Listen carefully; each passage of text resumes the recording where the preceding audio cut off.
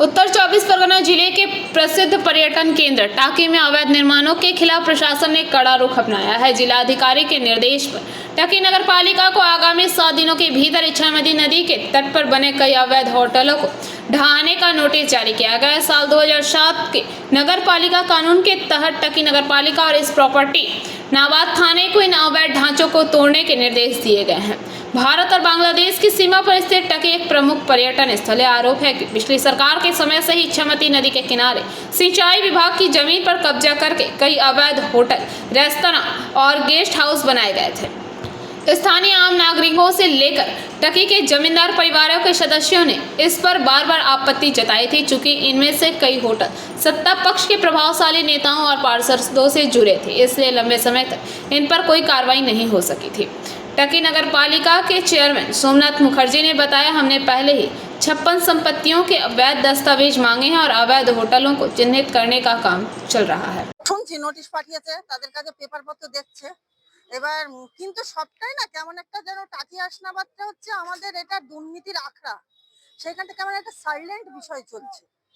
আমরা বারবার পুলিশ প্রশাসনকে জানাচ্ছি যে এটা এতটা নীরব কেন, আমরা কিন্তু বুঝতে পারছি না এই কারণটাও। দেখুন পৌরসভার নোটিশ হয়েছে, পৌরসভার পেপার নিচ্ছে, কিন্তু প্রত্যেকটা যেন স্লো মোশনে চলছে। এখন বাঁচানোর জন্য বা তথ্য লোপাট করার জন্য এই সময়টা দেওয়া হচ্ছে কিনা এটা নিয়েও আমরা খুব কনফিউজ। হ্যাঁ, 100বার যেগুলো অনৈতিক সেগুলো তো ভাঙা উচিত। কারণ দেখুন জনগণের জিনিস, পৌরসভা মানে জনগণের। কেউ ব্যক্তিগতভাবে সেটাকে ভোগ দখল করে রাখবে এটা ঠিক নয়। তারপরে আমাদের বাংলাদেশের বর্ডার, আপনি দুটো তিনটে হোটেলের নামই আমি বলছি, দিশা, সিটি, সোনার বাংলা, বিধানসভা বিধান সৈকত 1, বিধান সৈকত 2।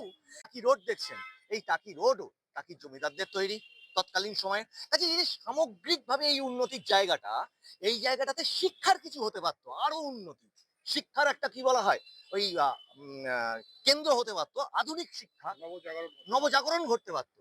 আশ্চর্যজনক ভাবে 2000 এই 7, 8, 9, 10, 11 পর থেকে পুরোপুরি ধ্বংস হয়ে গেল, গিয়ে অবৈধ নির্মাণ, বেলাগাম জমি লুট, এবং যাকে আমরা শোনো, আমরা নোটিশ তোমার সারা টাকি মিউনিসিপ্যালিটিতে নদীর ধার সহ আরো তোমার যত মানে আছে তোমার কমার্শিয়াল প্লেস, বুঝলো তো?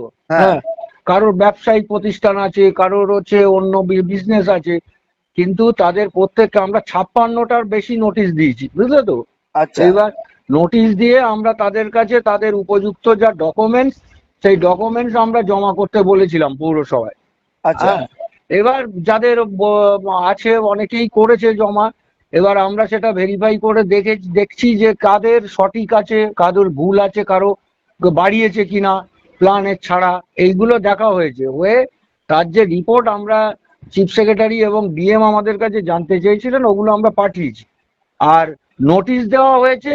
Bureau report, PVTV news.